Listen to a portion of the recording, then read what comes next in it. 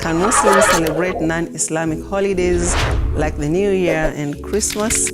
Now, this is a question that actually has a very detailed explanation. But if I was to say yes or no, of course it's no.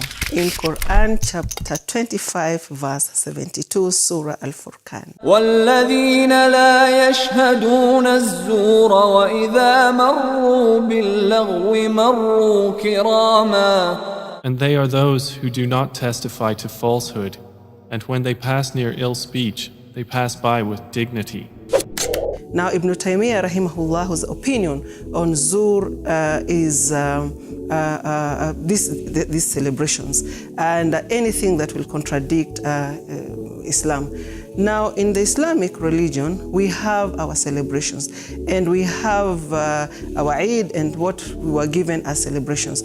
Now, when we look at the other side, non-Islamic side, we see that some of these celebrations, the underlying reason why they are being celebrated contradicts Islam completely. For example, why do Christians celebrate Christmas? They celebrate Christmas because it is the birth of who? According to them, it is the birth of Jesus. Who is Jesus? According to them, is the Son of God.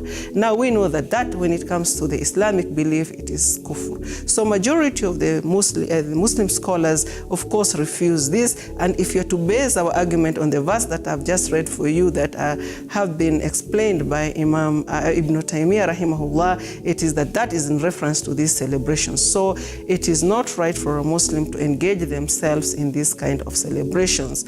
I know I have had friends, I have had people to ask me even in darses, if you have a neighbor, if you have a friend at the place of work, how do we say no? There is one thing I strongly believe in. I strongly believe in setting my principles right.